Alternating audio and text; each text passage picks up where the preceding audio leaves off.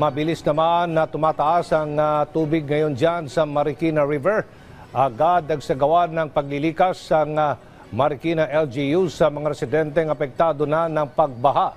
Ang sitwasyon doon, alamin natin mula sa sentro ng balita ni Ryan Lesigues live. Ryan.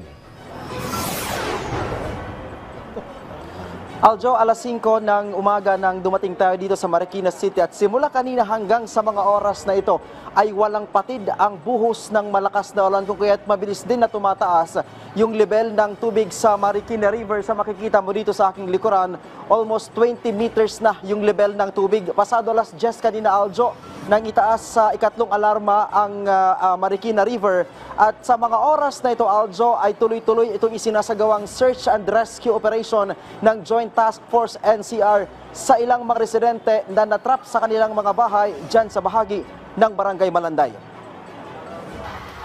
Kanya-kanyang bitbit ng kanilang mga gamit ang mga residente ng Barangay Malanday dito sa Marikina City. Dahil kasi sa patuloy na buhos ng ulan, umapaw na ang creek sa tabi ng kanilang mga bahay. Si Fatima, hindi naalintana ang malakas na buhos ng ulan. Nataranta na daw kasi siya dahil hanggang bewag na ang tubig baha sa kanilang bahay, dahilan para bumalikwas na sila patungo sa pinakamalapit na evacuation center. Dala niya ang kanyang 5 maliliit na anak, kasama na ang 6 na buwang sanggol. Kasi baka makyat yung tubig kasi mababa lang kami. Kasi ano na lang mga nabitbit mo ngayon? Mga damit lang namin ng anak ko. Paano yung ibang mga gamit na naiwan doon? Andun, iniwan ko, bahala na ako. Kasi pumasok na sa amin yung tubig eh. Sa dami ng nagsilikas, agad napuno ang Bulela Covered Court na isa sa 50 evacuation center sa lungsod.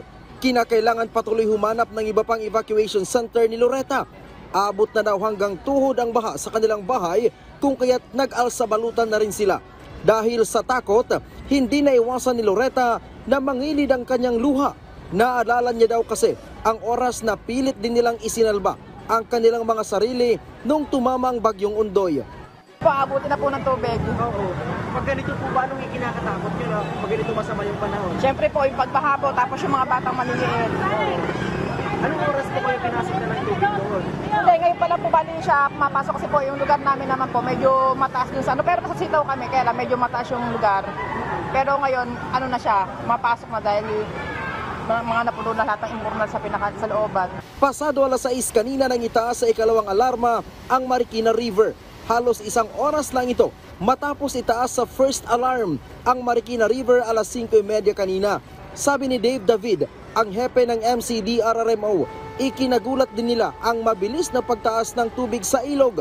Mula kaninang alas 4, tuloy-tuloy yung malakas na buhos ng ulan.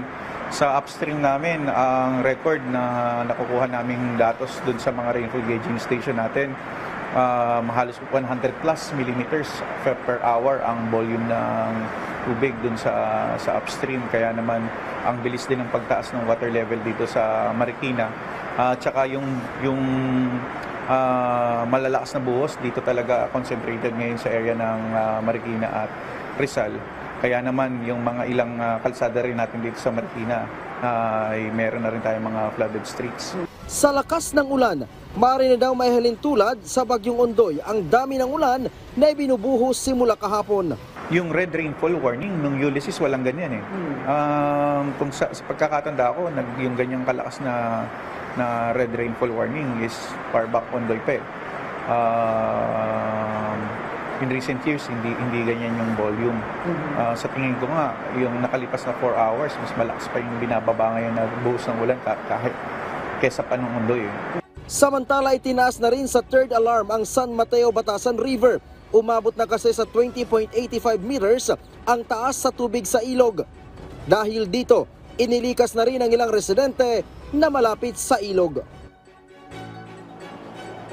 Aljo, bagamat na paghandaan ng lokal na pamahalaan ng Marikina City itong pagbaha dito, ay hindi sila nagpapakakampante dahil inihalin tulad nga nila doon sa dami ng ulan na bumuhos nung tumama yung bagyong Undoy.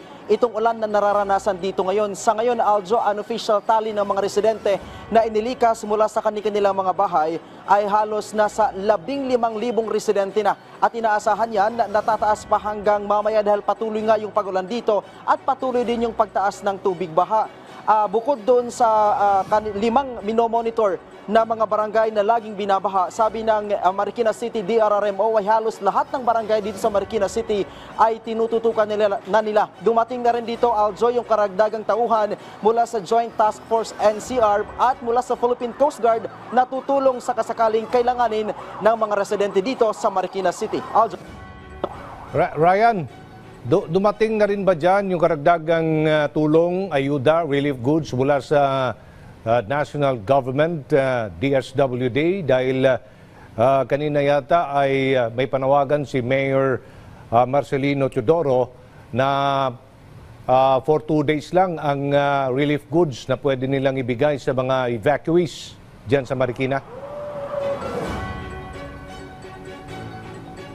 Yes, tama ka, Aljo. Hanggang sa mga oras na ito ay inantabayanan natin ngayong pagdating ng tulong mula sa national government dahil nga humihingi na ng saklolo itong lokal na pamahalaan ng Marikina City dahil sa dami nga ng mga residente na apektado nitong pagbaha ngayon dito sa Marikina City at inaasahan nga nila na madadagdagan pa ito hanggang sa mga susunod na araw, maaring kulangin daw yung tulong, partikular itong mga family food packs mula sa lokal na pamahalaan. Nasa 50 evacuation centers, Aljo, yung inihanda ng lokal na pamahalaan ng Marikina City at kanina as of 10 a.m. nasa 5 evacuation centers na mula sa iba't ibang paaralan, elementary school dito sa Marikina City ang nagagamit na.